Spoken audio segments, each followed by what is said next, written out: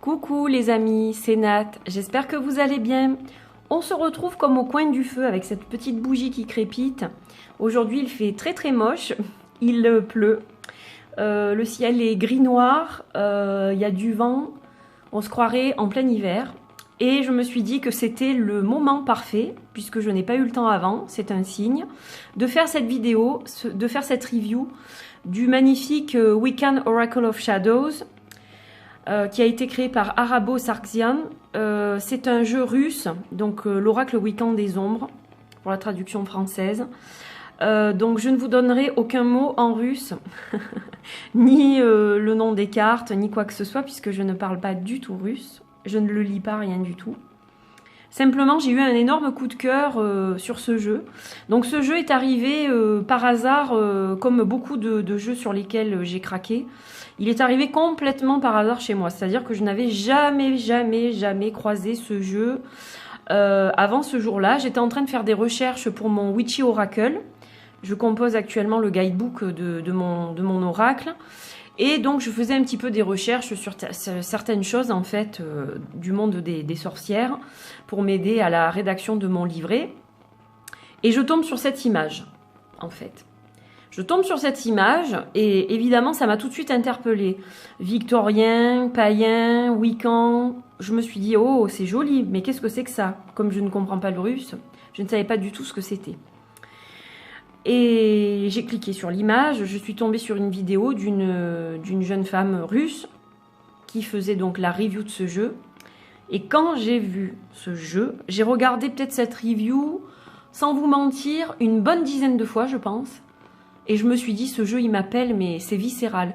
Alors, vous savez que j'adore Oracle of Oddities, pour ceux qui me suivent depuis longtemps déjà.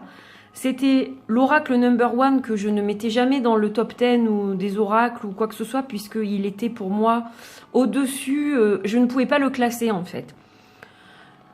Et lui, il est arrivé bien après, et en fait il prend complètement le dessus, c'est-à-dire que je pense que je ne pourrais garder qu'un oracle et ça serait celui-là, voilà.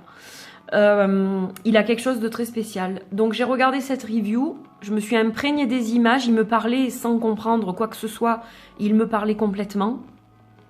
Et j'ai donc décidé de le commander. Il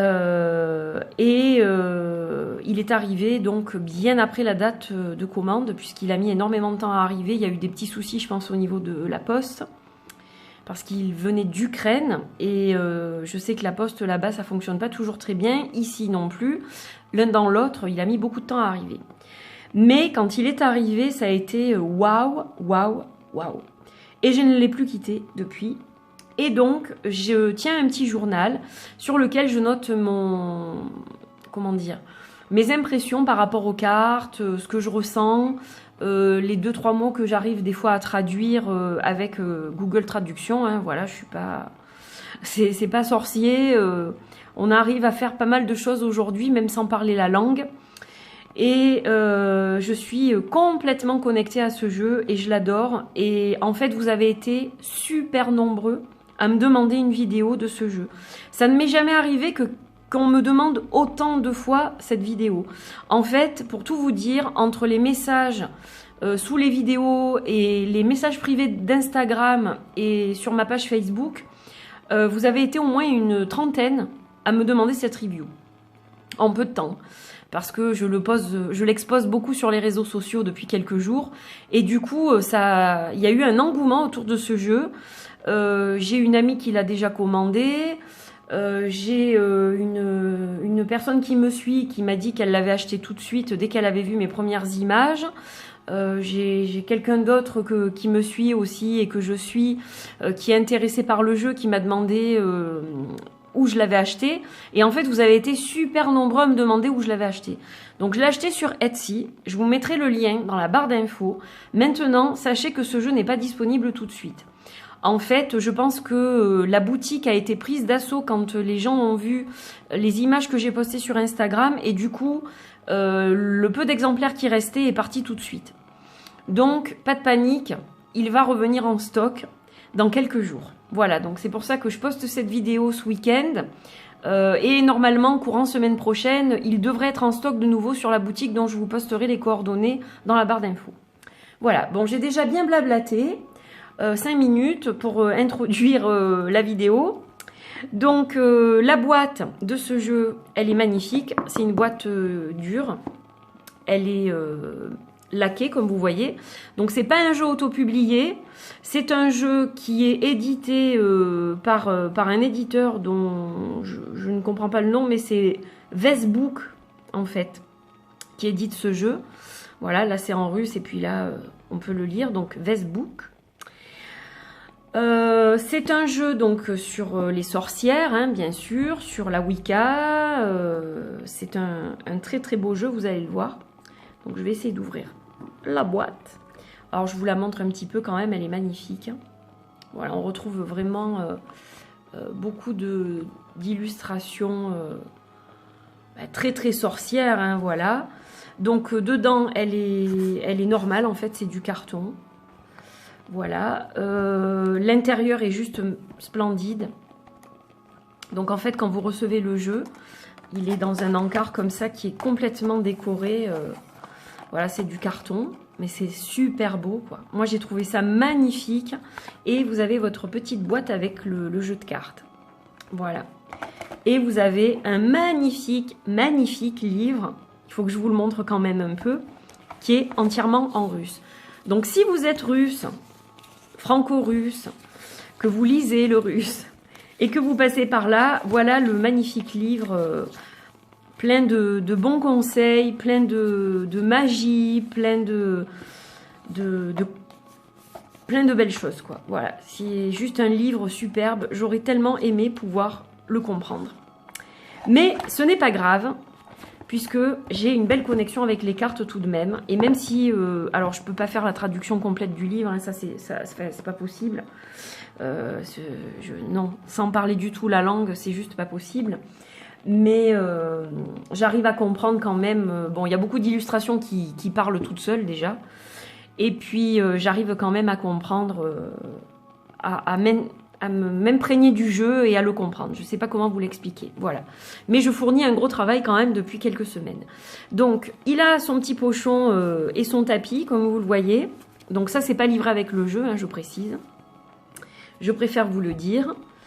Et donc, on va observer ce magnifique oracle ensemble.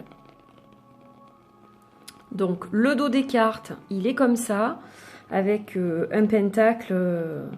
et en fait, on a la lune de la triple déesse. Voilà, avec plein de petites feuilles, etc. Donc, il est super beau, il est vert.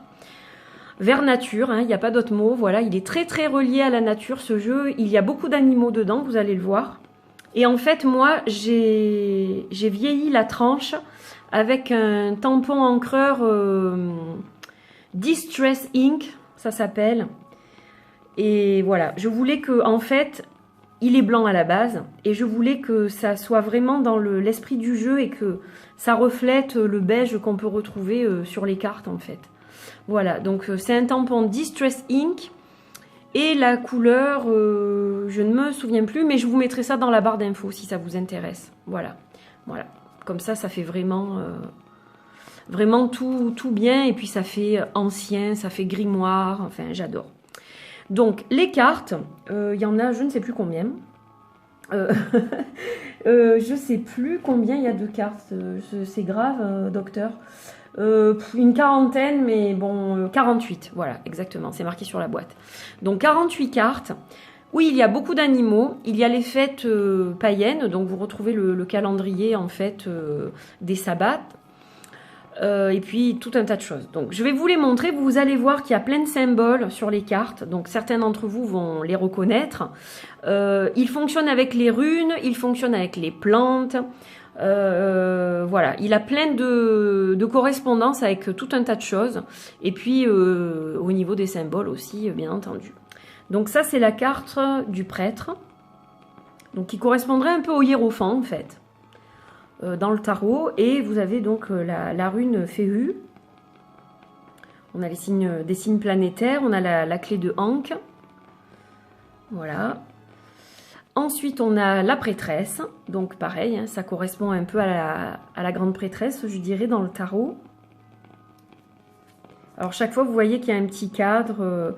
Il y a comme des petits mots voilà, qu'on aurait écrit à la main comme ça. C'est plein de hiéroglyphes, de symboles. Enfin, c'est super beau, quoi.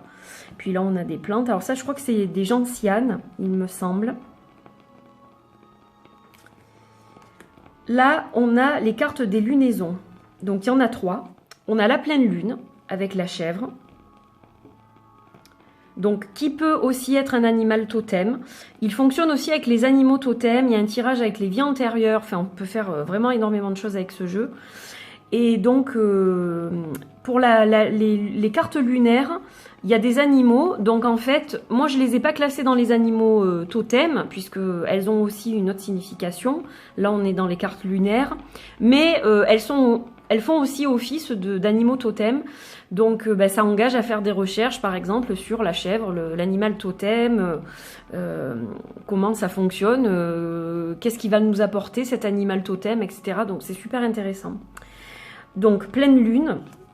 Ensuite, on a la lune noire, qui est différente de la nouvelle lune, en fait. Il est dit dans le livre, d'après ce que j'ai compris, si j'ai traduit comme il faut, que la lune noire, c'est la période qui est entre la fin du cycle et la nouvelle lune. Donc, ce laps de temps où il n'y a pas du tout de lune, en fait. Eux, ils le décrivent comme ça. Donc, on a la lune noire avec le sphinx tête de mort, juste splendide, qui va refléter en fait nos peurs, nos angoisses, etc. Parce qu'on est dans le noir total. Et ensuite, on a la nouvelle lune avec la chauve-souris. Alors ensuite, nous avons la déesse avec le lilas, qui est juste magnifique. Elle est vraiment à tomber par terre, je trouve. De toute façon, tout ce jeu est à tomber par terre pour moi. L'homme vert ou le dieu cornu, ou le dieu. Voilà, donc avec la rune Manaz. Alors ensuite, nous avons les éléments. Donc là, nous avons le petit gnome qui représente l'élémentaire. Hein, vous avez le symbole de l'élément. Ensuite, nous avons l'élément air. L'élément feu avec la salamandre. Là encore une rune.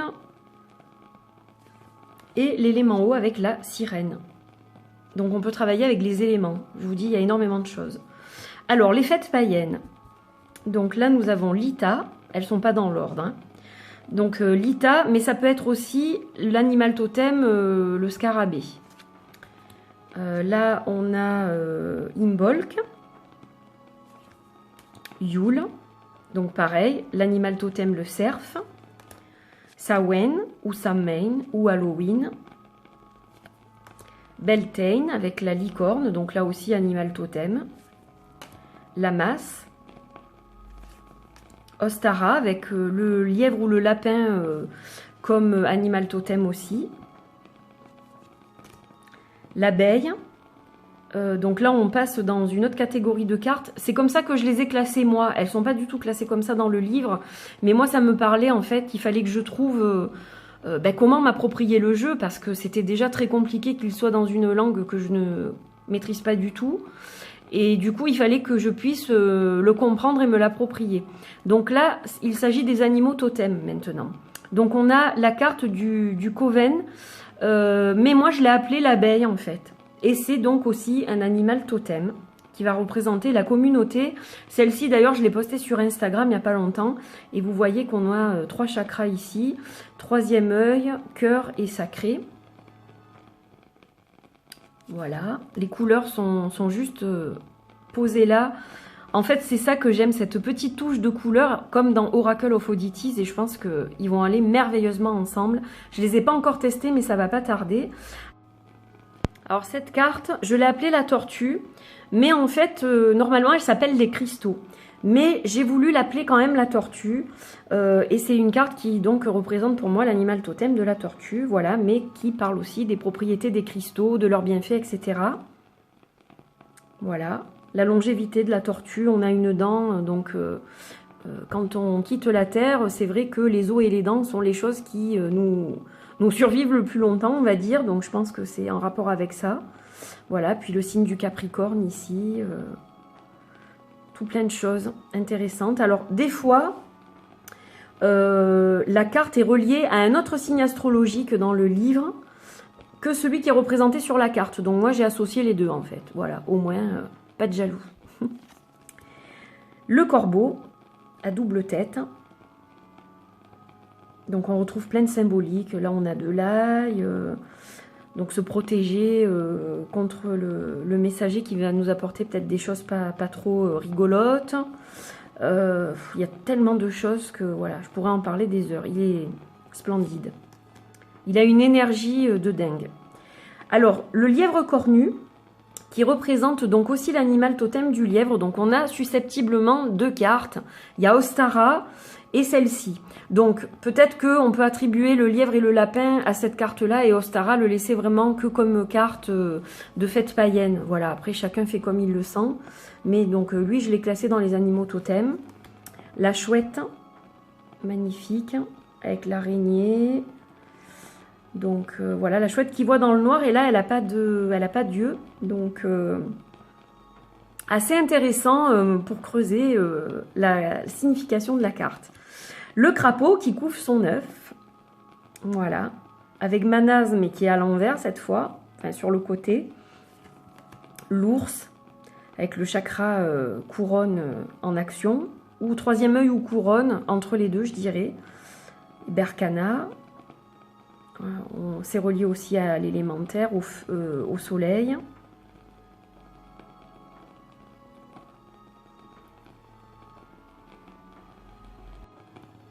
Et donc, magnifique ours.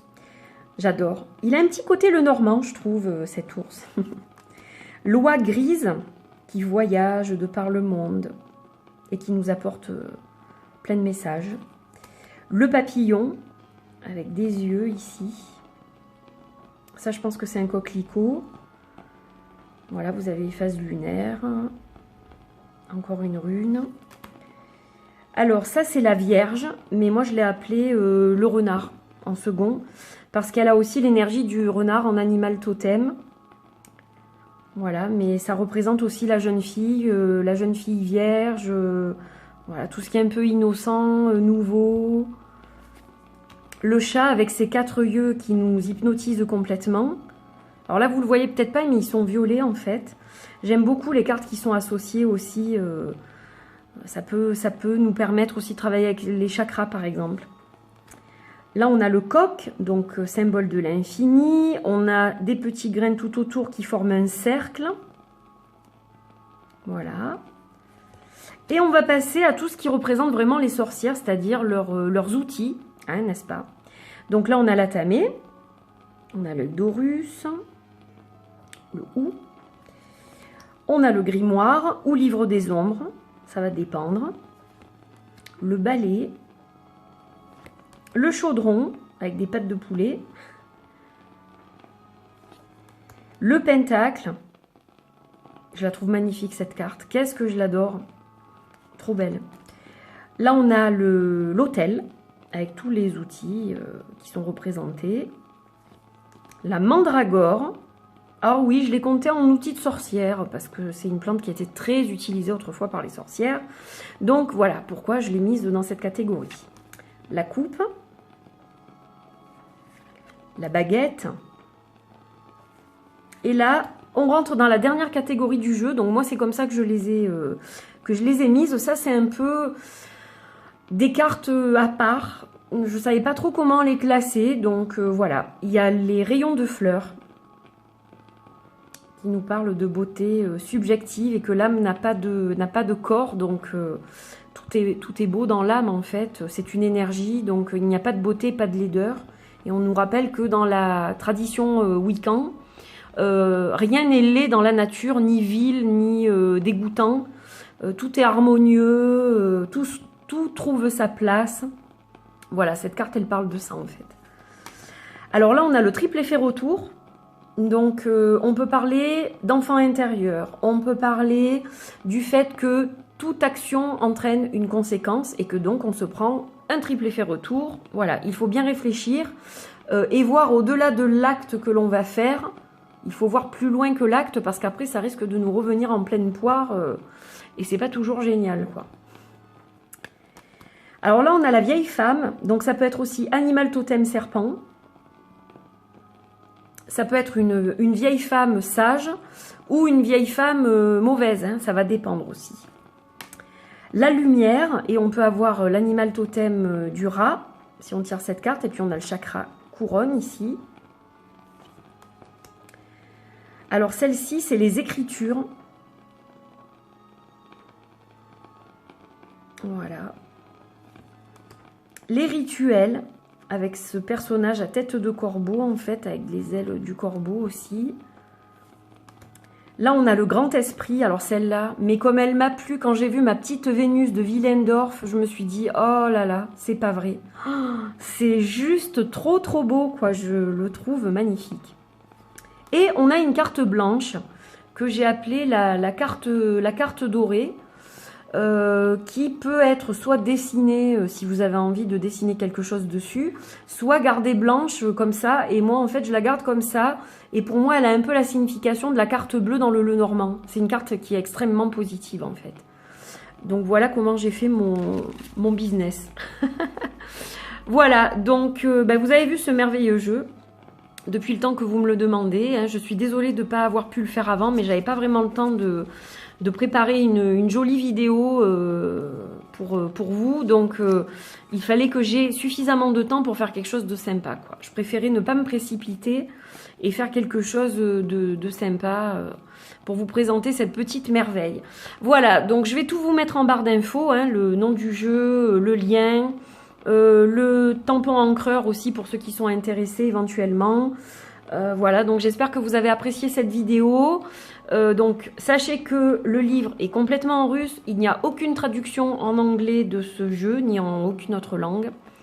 Donc voilà, c'est un jeu qui va vous demander du travail, mais si vous flashez vraiment dessus, eh bien je pense que vous aurez grand plaisir, comme moi, à essayer de trouver des significations et à le travailler à votre façon. En fait, je pense que chacun doit travailler avec sa propre envie sur ce jeu et que voilà, on n'aura peut-être pas tous les mêmes choses exactement, mais c'est ça aussi qui fait le charme de ce jeu parce qu'on se l'approprie complètement en fait. Voilà, on n'a pas le choix, ne maîtrisant pas la langue, on n'a pas le choix et quelque part je trouve ça super, quoi. Voilà, donc j'espère que cette vidéo, pardon, j'en bafouille tellement, vous a plu. J'étais ravie de vous retrouver, ça me fait toujours un grand plaisir de vous retrouver. Voilà, je vais poster cette vidéo donc sûrement vendredi soir, hein, voilà, puisque je la tourne vendredi fin de matinée. Donc elle sera postée vendredi dans la soirée ou au pire samedi matin. Et je vous retrouverai ensuite pour la guidance pour la semaine prochaine, ce week-end. Voilà. Je vous souhaite une belle journée, un doux week-end. Et puis, il faut rester au chaud hein, si le temps n'est pas avec nous. Donc, voilà, on va faire avec. Dans tous les cas, plein de bisous. Merci d'avoir suivi cette vidéo. Et je vous dis à très vite pour d'autres partages. Portez-vous bien. Bye bye.